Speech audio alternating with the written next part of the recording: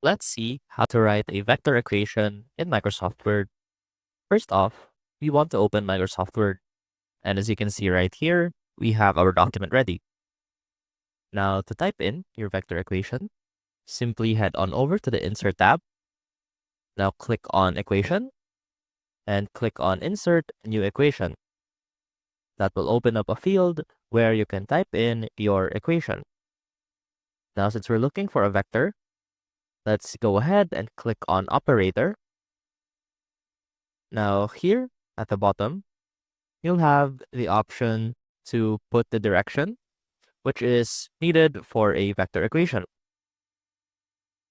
And for example, let's click on Write and simply click on this box right here and type in your equation, whatever it is. And that is how you can type in a vector equation in Microsoft Word. I hope this helped, and I will see you soon.